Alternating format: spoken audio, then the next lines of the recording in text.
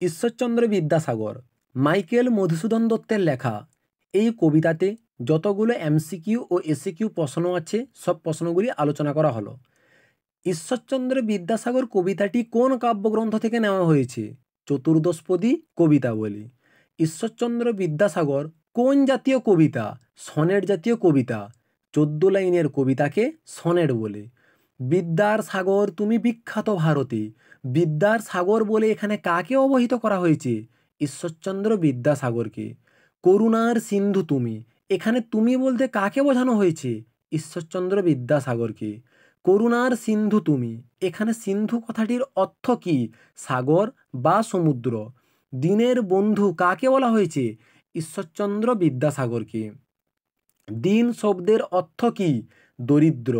ঈশ্বরচন্দ্র বিদ্যাসাগরকে দিনের বন্ধু বলা হয়েছে কেন? ঈশ্বরচন্দ্র বিদ্যাসাগরকে দিনের বন্ধু বলা হয়েছে কারণ তিনি অসহায় ও দরিদ্র মানুষের পাশে দাঁড়িয়েছিলেন বলে। হেমাদ্রি শব্দের অর্থ কি? সুমেরু পর্বত বা সোনার পর্বত। হেমকান্তি শব্দের অর্থ কি? স্বর্ণপ্রভা। অম্লান শব্দের অর্থ কি? অমলিন বা নয় ম্লান। যে জন আশ্রয় নেয় কোথায়? সুবর্ণচরণে।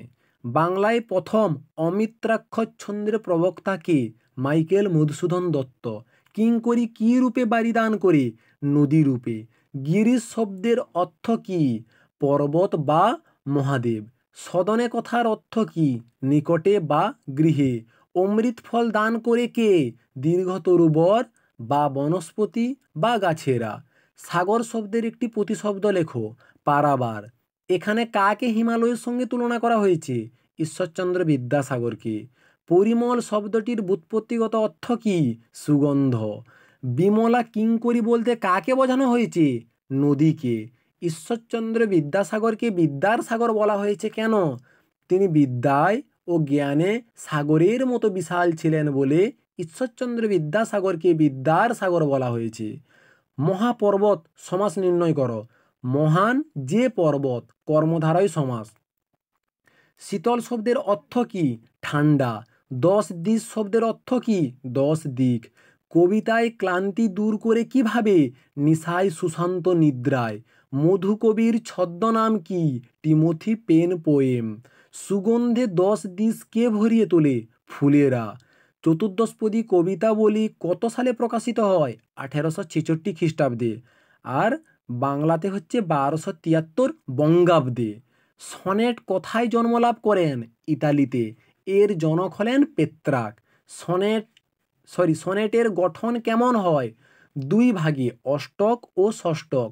মহাপর্বত বলতে এখানে কাকে বলা হয়েছে? ঈশ্বরচন্দ্র বিদ্যাসাগরকে। বাড়ি বিমলা কিঙ্করী শব্দের অর্থ কি? বাড়ি মানে হচ্ছে জল, বিমলা মানে হচ্ছে পরিচ্ছন্ন বা স্বচ্ছ, কিঙ্করী মানে হচ্ছে দাসী। বনস্পতি সন্ধি বিচ্ছেদ করো। বনঃ যুক্ত পতি, এটি একটি বিসর্গ সন্ধির উদাহরণ।